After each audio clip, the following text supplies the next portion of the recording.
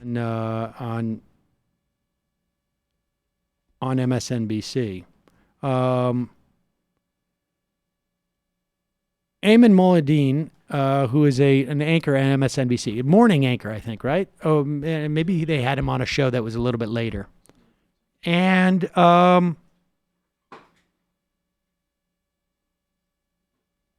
here is some pushback, I guess, from the reporter at the White House, saying that basically Eamon Mulladeen was not being fair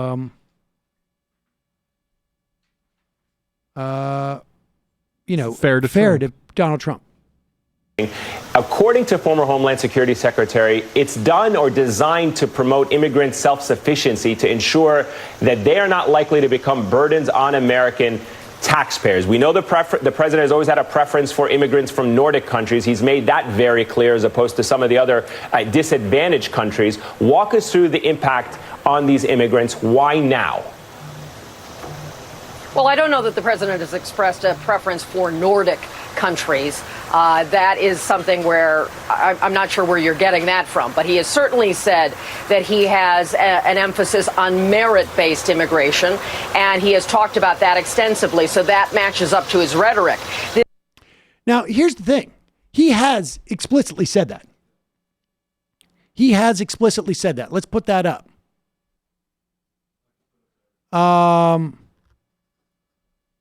We'll put that up. But what's disturbing about this is do we have the actual the actual quote where he was talking about reporting that showed that Donald Trump. Sorry, here we go. We'll put this up. But Donald Trump has said during his shithole country rant that he prefers immigrants from places like Norway. Now, what is Norway's, here it is. NBC News source, same. We're talking about an NBC correspondent who's not aware of this, whose job it is to cover the president. NBC News source, as Durbin explained how to deal with impact from Haiti, Trump said, Haiti, why do we want people from Haiti here? Then they got Africa. Why do we want these people from S-hole countries here? We should have more people from places like Norway. Nordic is a decent reduction of places like Norway. Oh, I would, yes. Or if you dig in deeper to what is really like Norway, I don't know what Donald Trump meant. Maybe like people are used to being around more like, evergreen trees or something like that. Here we go. So Mulladeen says, well, people can forget these comments. And she said, of course, I know the reference. Well, this isn't actually to Mulladeen. This is to somebody else trying to jar her memory. Yeah. Yeah, of course I know the reference. But there's a difference between something said in private meeting and today's actual public policy proposal. I try and stick to what we can report and not a flip comment. Well, this is reported by NBC News. Yeah, wait. So is she... See, this is what's so problematic about these people, okay? This is so problematic. Because...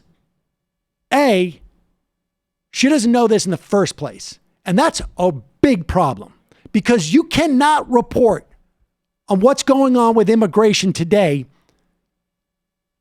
if you don't know the context in which this is offered. You cannot report on it. But it's not only does she not have the ability to report, she's pushing back on it and clearly did not know the reference. So she lied. But let's just assume, I'm going to give her the benefit of the doubt. She didn't lie. Of course I know the reference, she says. But she is making a distinction between what's made in private and what the actual public policy proposal. First of all, that is incoherent. That sentiment, that statement, that something said in a private meeting in today's actual public policy proposal That doesn't even make sense to put those things at odds. Yeah, she's just covering her ass with jargon. Total CYA. It couldn't have been that private if that quote got out. I try to stick on what we can report and not a flip comment. She obviously doesn't remember the reference because she would realize it was an NBC report.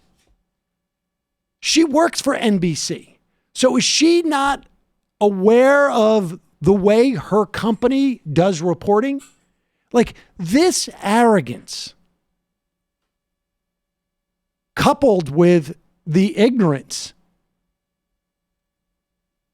is so dangerous when we are told time and time again that journalism is supposedly the last protection we have against fascism or authoritarianism or democracy dies in the darkness and blah, blah, blah. God, I really hope not. This is really problematic. And the idea that she doesn't have the ability to step up and go, I stand corrected, as if her authority emanates from, like, it's bad.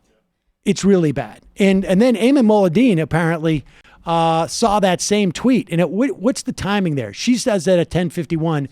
Molladine sees it and he retweets it at 10:48. So what's that, right after? Yeah, she saw it right after. And maybe she did or did not see that.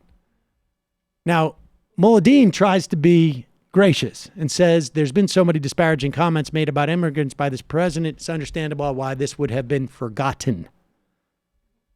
But she won't have it because he's on MSNBC. I was being more professional than you are, Eamon. Yeah. You know, I was saying the other day when criticizing the mainstream media and how they cover the Trump administration, I don't need them to become like anti-Trump propagandists. I just want them to get a clue and have some sense of history. But this even goes beyond that. Like, this isn't history. This is very recent. Yes. Like, they have a responsibility to know who they're covering. And if you forget it, fine. Well, not fine. That's a problem. Like, you better go back and start hitting the books. But to come out and then be arrogant about it and start to do the same gaslighting that this administration is doing and essentially rely on the authority, the imprimatur you have as a journalist. Like, I'm a real journalist. I don't report on these things. She didn't even click the link to find out that it was NBC News. That's such a total embarrassment. It's unbelievable.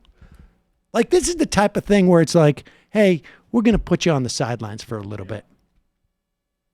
It's okay to admit when you've made a mistake. I would say if you're a journalist, it's almost required as part of the job. Yeah.